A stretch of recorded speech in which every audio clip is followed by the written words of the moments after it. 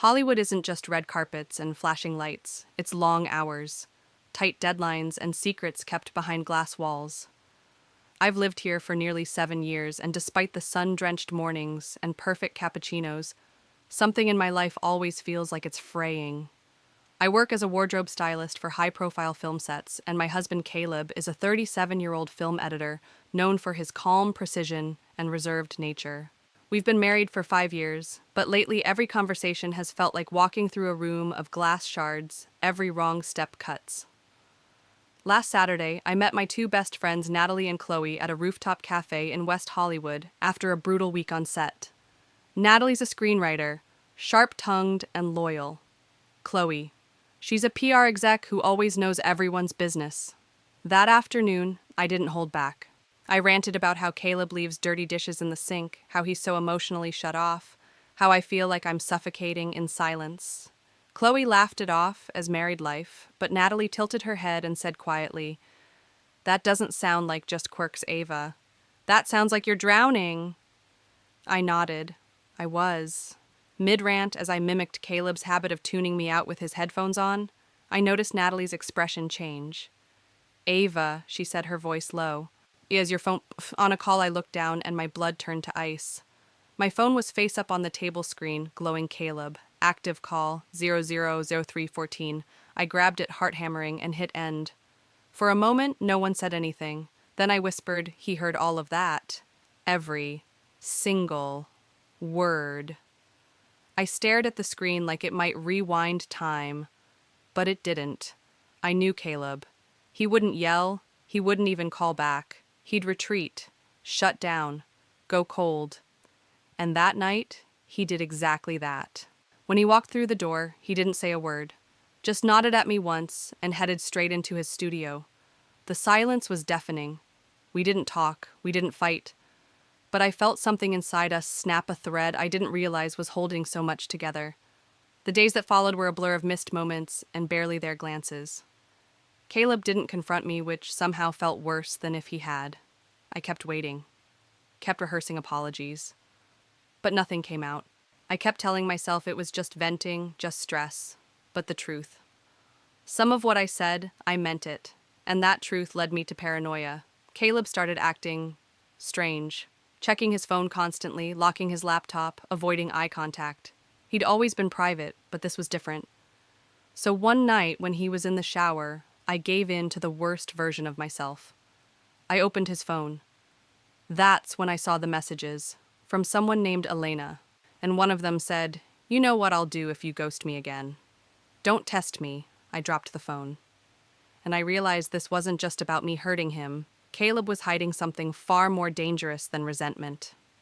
Later that afternoon, the sun dipped behind the tall palm trees outside the cafe, casting long shadows through the windows as Ava's words hung thick in the air. Her phone lay still on the table screen, dimmed now, but the damage had already been done. Rachel and Chloe were still staring wide-eyed and speechless. Ava's throat went dry.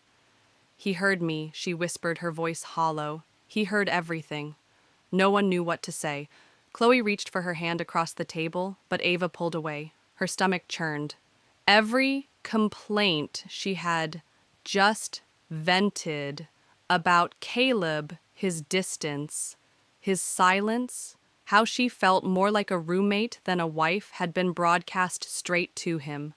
Not because she wanted to hurt him, but because she hadn't realized she still cared this much. The silence that followed her panic was louder than the busy hum of the cafe. It followed her home, clinging to her like smoke. Caleb wasn't there when she returned to their modest but stylish Hollywood apartment. His shoes were gone, his keys, but not his editing gear. Those still sat beside the monitor where he often lost himself in work. Ava collapsed onto the couch, replaying her words, the casual venom in her voice, the way she laughed when Rachel joked about her pet husband. What had she even meant? That she didn't love him anymore? That she resented how unglamorous their life had become? She didn't know how to fix this, or even if she could. That night her phone stayed silent. No calls, no texts. Just Caleb's name, frozen in her recent calls list, like a scar. And yet underneath all her anxiety was something even worse, a bitter voice inside her whispering, "You meant every word." The following days passed in a blur of quiet dread. Ava tiptoed around their apartment like an uninvited guest in her own home. Caleb had returned late the night of the call, but he didn't say a word. He hadn't even looked at her. He moved through their space, like a shadow present, but unreachable. The man who once pulled her in for kisses at the sink and left scribbled notes on the bathroom mirror now barely acknowledged her existence. He answered her questions with nods or murmurs, his face unreadable, like an editor scrubbing emotion out of a final cut. Ava hated the silence, but she hated herself more for not knowing how to break it. She tried to justify it to herself, it was just venting just one moment. But deep down, she couldn't escape the truth. Her words hadn't come out of nowhere. They had roots tangled, neglected, festering in all the conversations they never had. And yet, something felt off. Beyond the coldness, beyond the guilt. Ava began to notice changes in Caleb's behavior, not just the silence, but the way he seemed distracted, almost burdened. He was always on his phone lately. He'd go into the balcony for calls and return quieter than before. Once, she caught him staring at a text, with a frown that quickly vanished when she entered the room. He locked his screen, smiled tightly. That night Ava couldn't sleep. As Caleb lay beside her unmoving, she sat up in the dark heart, thudding with a new kind of unease. Guilt or not, she needed to know what was happening. What had cracked open between them wasn't just about her words at the cafe. There was more. The next day when Caleb left for the studio, she walked into his home editing suite. His computer was locked, but his backup phone, the old one he used occasionally for shoots, sat unattended. Without thinking, she unlocked it using the passcode she still remembered from years ago. Messages. A woman's name, Lana. Her stomach twisted. "You can't ignore me forever. I'll give you one more chance before I take this to the press. Don't think I won't ruin you, Caleb." Ava dropped the phone. Hands trembling. Who was Lana? What did she mean, ruin you? And why had Caleb never told her? Suddenly the marriage she thought she had mocked felt more like a mystery she hadn't even begun to understand. Ava paced the living room for hours. The screen of Caleb's old phone burned into her mind. She barely noticed the sun fading behind the hills of Hollywood, the city's lights flickering on like a spotlight over her unraveling marriage. She felt everything at once: betrayal, fear, confusion, guilt. And more than anything, dread, because now it wasn't just about what she had said. It was about what he hadn't. When Caleb finally returned home, late that evening, the tension hit like a clapboard slamming shut. Ava was already waiting in the kitchen, arms folded, the phone on the counter, like evidence. He froze in the doorway. "Who is Lana?" she asked, her voice low tight. Caleb's eyes widened for a split second, then he closed the door behind him slowly, like bracing for impact. "Where did you find that?" "Don't deflect." She stepped forward. "I saw the messages. Threats. Blackmail. What's going on, Caleb?" He rubbed a hand over his face, visibly aging in the span of seconds. "It's not what you think." "Then explain it to me, because while I've been hating myself for everything I said at that cafe, you've been hiding something far worse." Caleb sighed, then leaned against the wall like his knees might give out.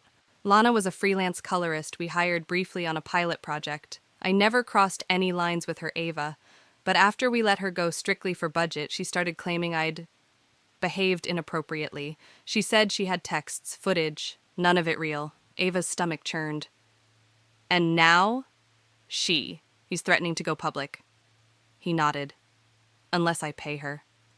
"And you weren't going to tell me?" Caleb looked at her, eyes bloodshot. "I was trying to protect you. You'd already been pulling away for months. I didn't want to give you one more reason to be disappointed in me."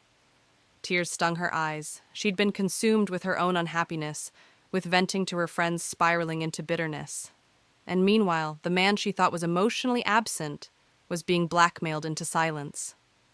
"I thought you were hiding an affair," she whispered. "I thought maybe you stopped loving me." He shook his head slowly. "I never stopped. But I thought maybe you had." The silence between them wasn't hollow now, it was sharp, jagged. Every assumption they'd made about each other had become a wedge driving them further apart. But now everything was on the table. No more lies, no more distance, only the truth. And it hurt more than either of them imagined.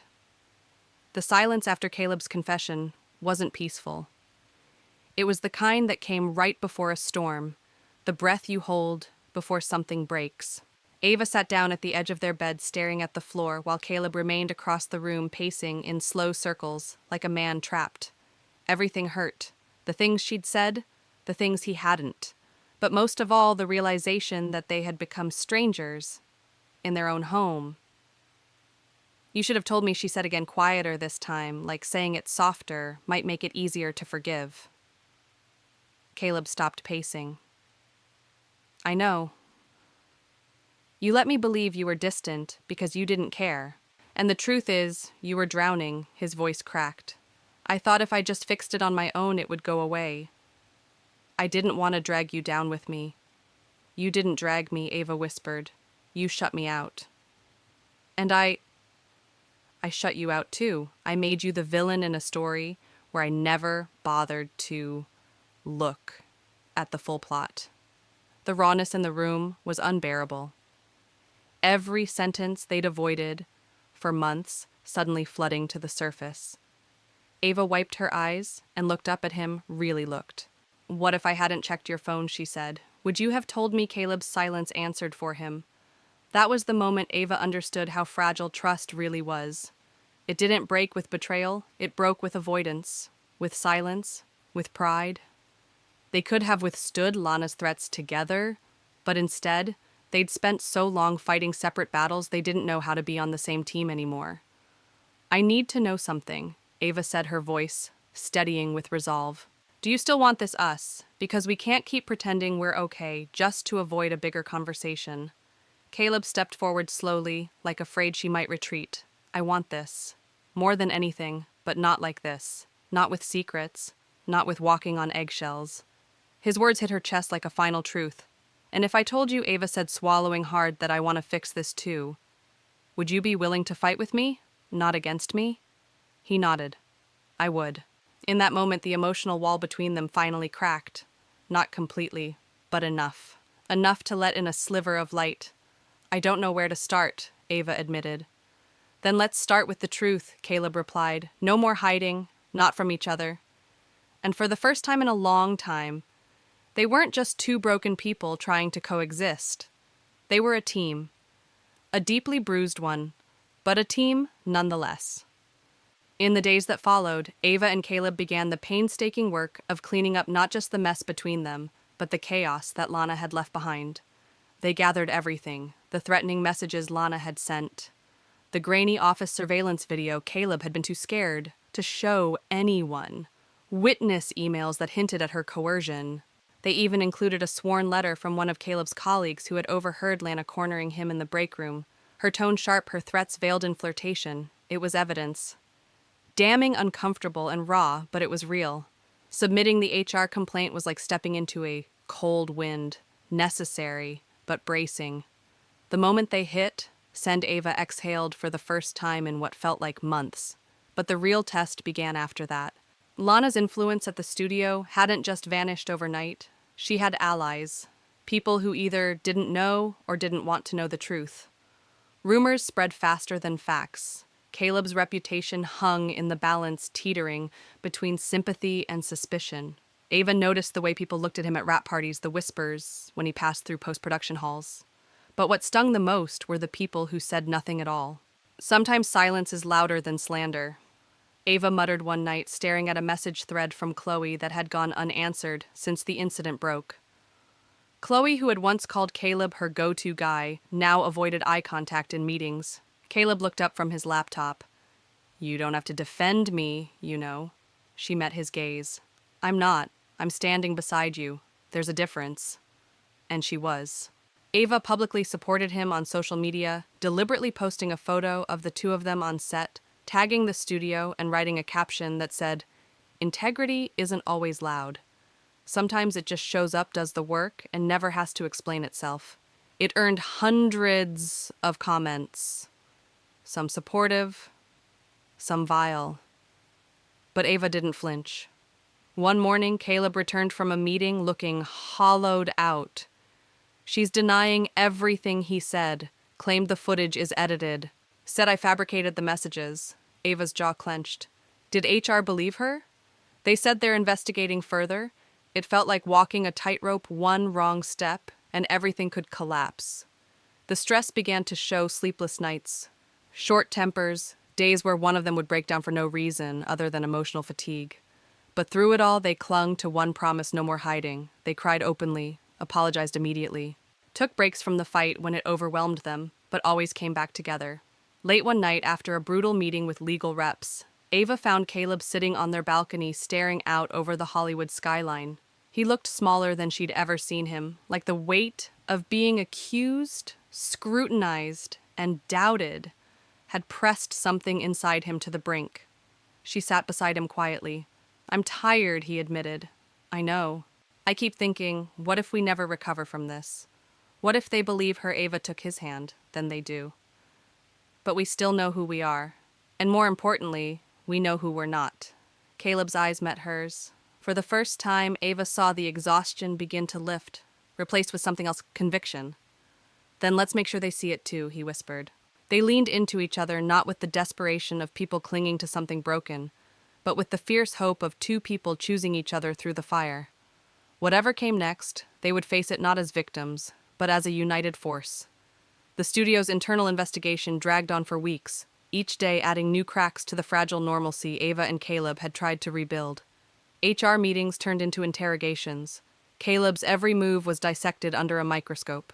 Ava, despite not being directly involved, felt the weight of the scrutiny as much as he did. Every time her phone buzzed, her stomach twisted. Every time a friend ghosted her messages, the silence cut deeper.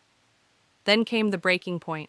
It was a Friday afternoon when Ava received a call, not from HR, but from Chloe. I shouldn't be doing this, Chloe said, her voice shaky. But I overheard Lana coaching a junior assistant to delete some Slack messages, stuff that could clear Caleb. I can't be silent anymore. Ava stood frozen in her office, the LA sun pouring through the window, like false comfort.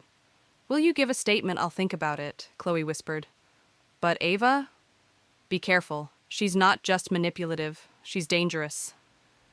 That night, Ava told Caleb everything. His reaction wasn't explosive, it was quiet. Too quiet. I think he said, voice low and flat, I've finally stopped expecting fairness from this place. Ava's heart broke at the emptiness in his tone. The man she'd loved for years, who had once stayed up late helping interns with edit timelines they botched, who gave rides home to PAs so they wouldn't walk through sketchy alleys after rap, he was unraveling.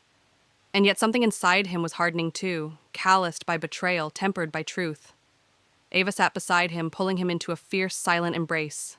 And in that moment, she realized something essential. They couldn't wait for justice to come from someone else. They had to create it. The next day, they drafted a formal letter, not just to HR, but to the studio's executive board.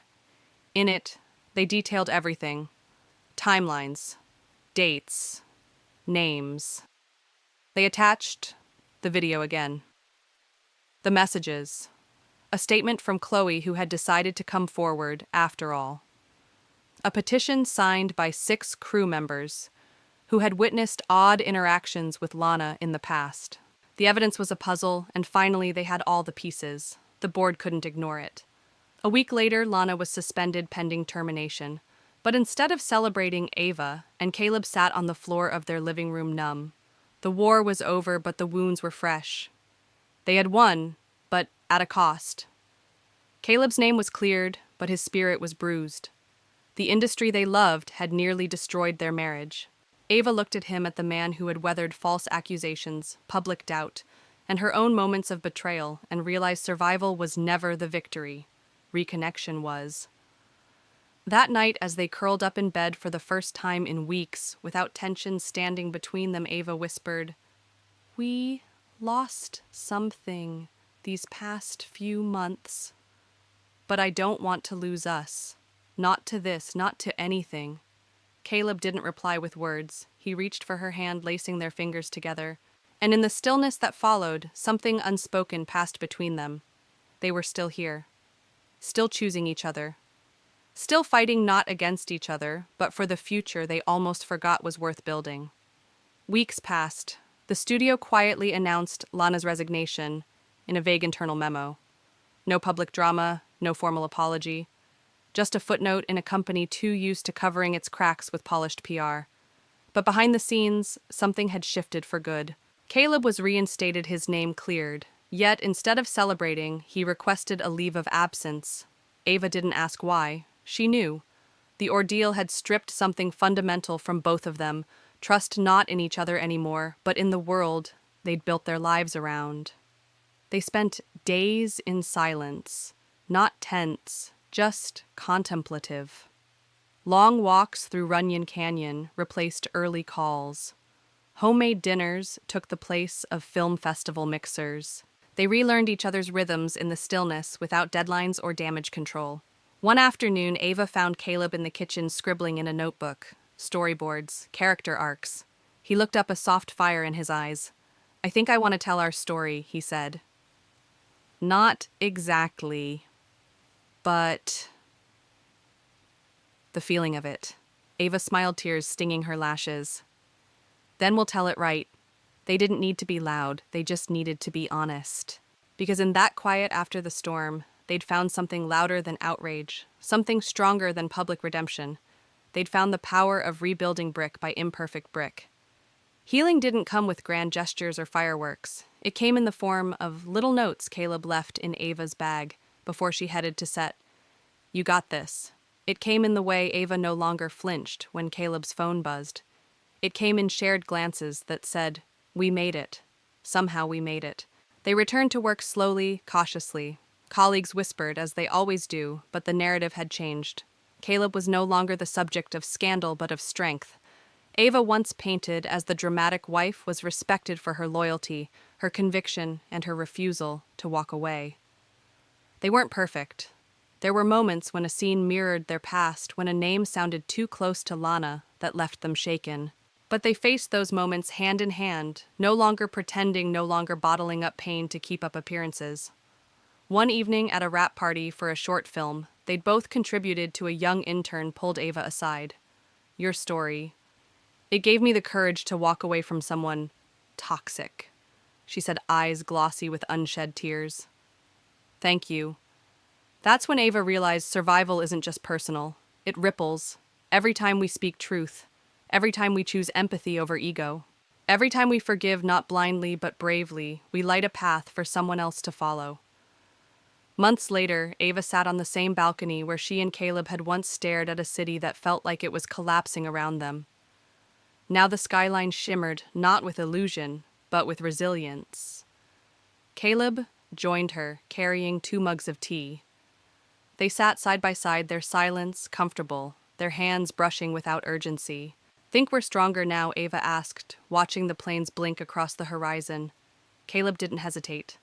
"Stronger, wiser, and softer where it matters." She nodded. "I want people to know this isn't about winning or proving who's right. It's about what you choose after the breaking." He looked at her. "Then we tell them. So here it is to you, the one reading this. If you've ever felt like the words you said in anger cost you everything, if you've ever been blindsided by betrayal or buried in silence or afraid your mistakes define you, if you've ever stood at the edge of your own relationship, wondering if it's worth the fight, this is your sign.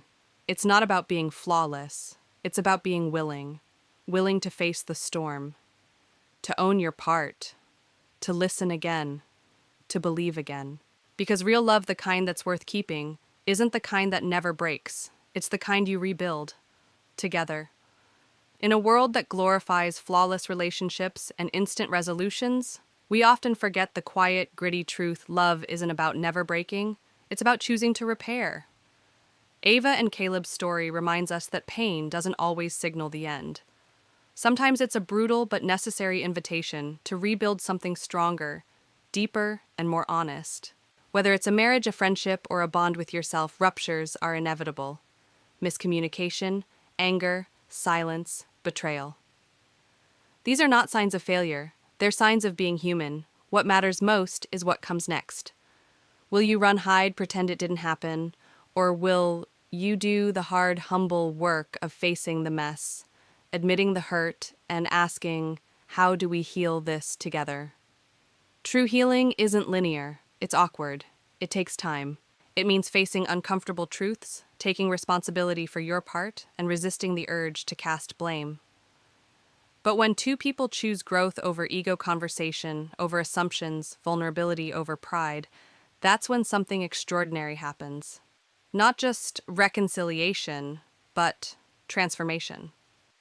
So if you're standing in the wreckage of something, once beautiful, remember it's not too late.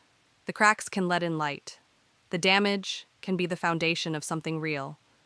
Choose repair. Choose truth. Choose each other even if you have to start from the rubble.